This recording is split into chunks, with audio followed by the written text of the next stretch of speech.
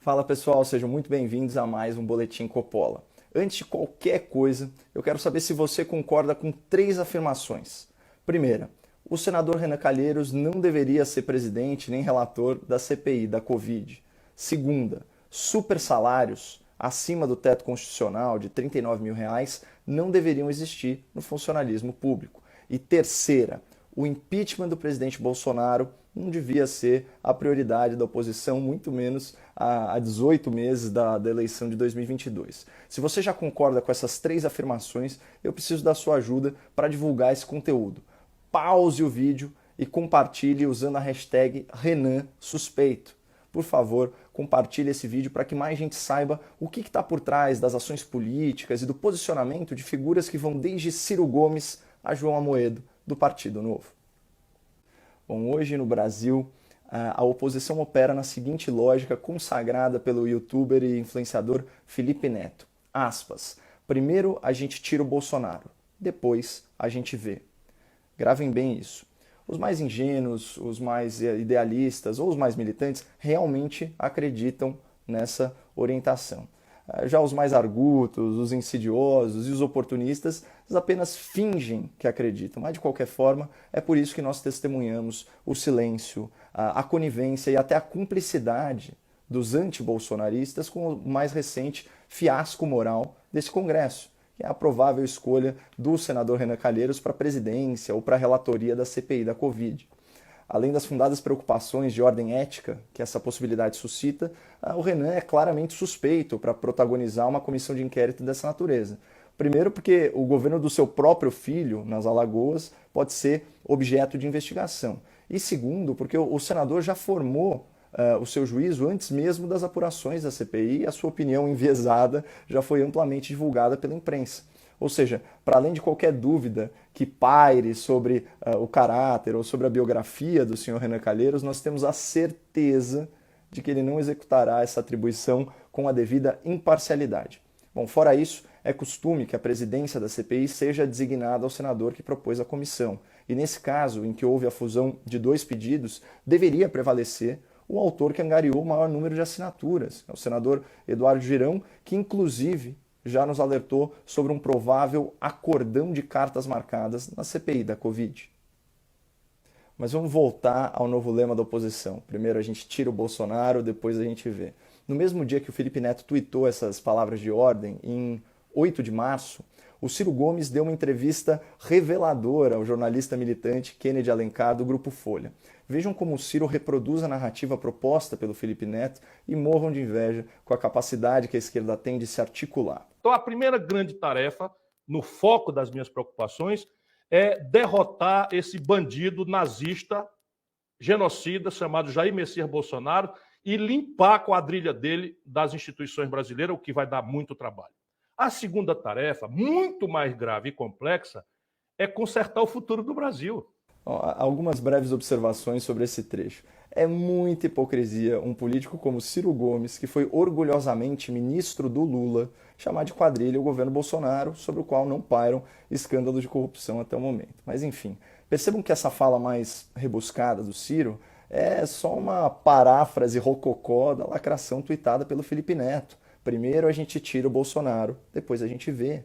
O Ciro afirma literalmente, a primeira grande tarefa é derrotar Bolsonaro, a segunda é consertar o Brasil. Claro que ele faz isso num discurso repleto de insultos ao presidente da República, mas na real, até essa linguagem ofensiva tem método. Tanto que outros nomes da oposição, que já aderiram a outros projetos de poder, também se utilizam da injúria e por vezes da difamação como estratégia de comunicação. Essa próxima fala sobre o presidente da República ilustra bem isso e faz parte de um inflamado discurso de candidatura à presidência da Câmara no começo do ano. Tudo isso para proteger a si mesmo e a sua família de quadrilheiros, vagabundos e corruptos. Por isso, lanço essa candidatura de protesto com pauta única. O impeachment. Se estão incomodados em ser chamados de vagabundo, quadrilha corrupto, me processa e ganha na justiça. Posteriormente, o deputado Kim Kataguiri reforçou essas acusações por escrito nas suas redes sociais, afirmou que o impeachment do presidente Bolsonaro é a prioridade absoluta do seu mandato e declarou que para 2022 ele apoia a candidatura à presidência do humorista Danilo Gentili, que também é endossado pelo ex-juiz e ex-ministro da Justiça, Dr. Sérgio Moro. Um outro presidenciável que adotou uma estratégia mais agressiva de posicionamento foi o fundador do Partido Novo. João Amoedo diz que o impeachment é prioridade. Mas o caso do Novo tem uma peculiaridade, né? As prioridades eleitorais do cacique da legenda não condizem com as prioridades legislativas da maioria dos parlamentares eleitos pelo partido para a bancada federal. Então, enquanto o Amoedo segue o berrante do Felipe Neto rumo a 2022 e se manifesta politicamente ao lado de nomes como João Dória, Eduardo Leite, Henrique Mandetta, Luciano Huck e Ciro Gomes, há deputados federais do Novo cuja prioridade não é o impeachment do presidente da República e que estão trabalhando em prol das reformas e das propostas pelas quais foram eleitos em 2018. Para ilustrar esse fato, eu vou comentar uma causa importante que só chegou ao meu conhecimento por uma postagem recente nas redes sociais feita pelo combativo deputado federal Marcel Van Hatten, do Rio Grande do Sul. Vejam o que ele postou. Pelo fim dos supersalários e dos privilégios. O projeto de lei que regulamenta o teto salarial de agentes públicos vai gerar uma economia de 2 bilhões e 300 milhões de reais por ano ao país. Nenhum funcionário público poderá ganhar mais do que o teto constitucional, que é a remuneração dos ministros do STF, hoje em R$ 39.293. E o post ainda traz o print de uma matéria do Diário do Poder sobre esse tema. Aspas. Entre 2017 e abril de 2020, mais de 8 mil juízes receberam acima de R$ 100 mil em pelo menos uma oportunidade. Nesse mesmo período, salários maiores que R$ 200 mil foram pagos a 507 juízes. E como vocês devem ter percebido pelo título da matéria, a urgência para votar esse projeto, que acaba com essa imoralidade dos supersalários, está há mais de 600 dias aguardando votação, porque o senhor Rodrigo Maia, que se declara um democrata liberal, não colocou o tema em pauta ao longo do seu mandato. Mas vamos avaliar a situação agora. Nós estamos em plena pandemia e sem dinheiro. O país está deficitário há 7 anos. O rombo fiscal superou 740 bilhões de reais em 2020 e esses marajás do judiciário recebem penduricalhos, auxílios, benefícios e salários que, somados, são infinitamente superiores ao valor máximo de remuneração determinado pela Constituição. Então, acabar com esses super salários injustos e imorais traria uma economia bilionária para o Estado brasileiro e, além disso, seria o pontapé inicial para a necessária reforma administrativa, porque isso sinalizaria para os servidores públicos e para a sociedade que a elite do funcionalismo também teve que cortar na própria carne. E aí eu te convido a uma reflexão como cidadão.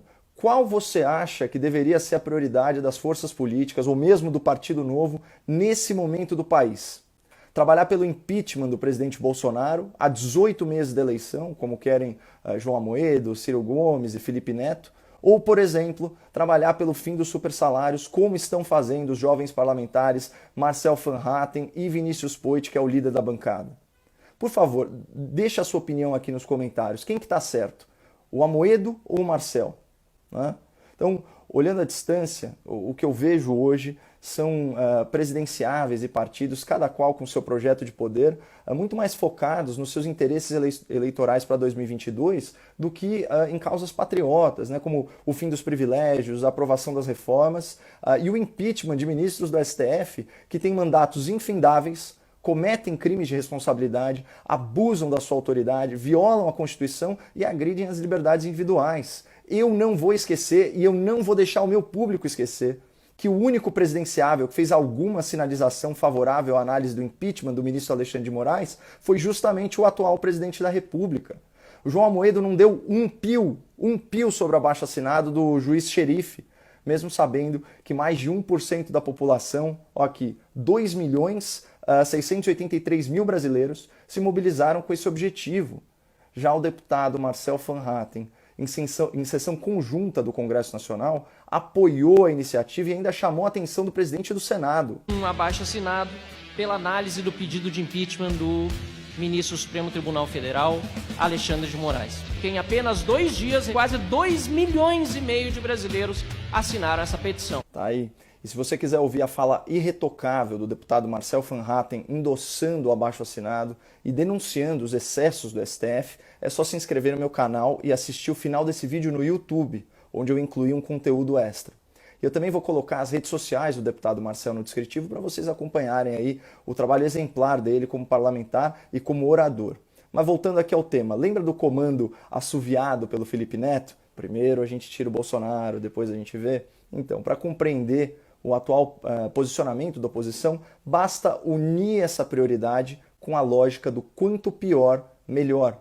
E não sou eu que estou dizendo isso, pessoal. Essa é a própria análise do Ciro Gomes. A introdução da reeleição foi uma perversidade que o Fernando Henrique introduziu na nossa vida, felizmente ele reconhece, que faz com que na hora que o cara se eleja, aí está o exemplo Aécio, etc., a oposição se põe destrutivamente, porque senão o cara acerta a mão e ganha 8 anos.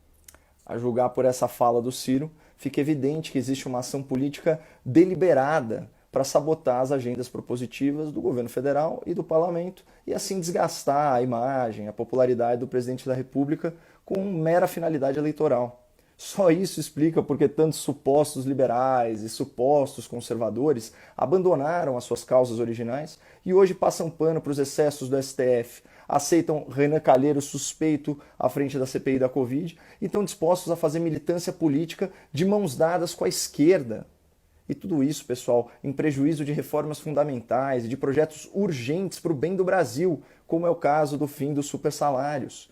Portanto, se a gente quer que o país avance, é preciso conscientizar as pessoas para que a sociedade pressione as lideranças políticas a fazerem o que é melhor para o Brasil e não o que é melhor para os seus interesses eleitorais. Por isso eu insisto, compartilhe esse vídeo e vamos fazer essa mensagem de ceticismo político alcançar mais pessoas. Tá? Bom, para quem estiver assistindo esse conteúdo pelo YouTube, segue o belo discurso do deputado Marcel Van Hatten. Muito obrigado por compartilharem o vídeo, não percam a esperança no Brasil e fiquem com Deus.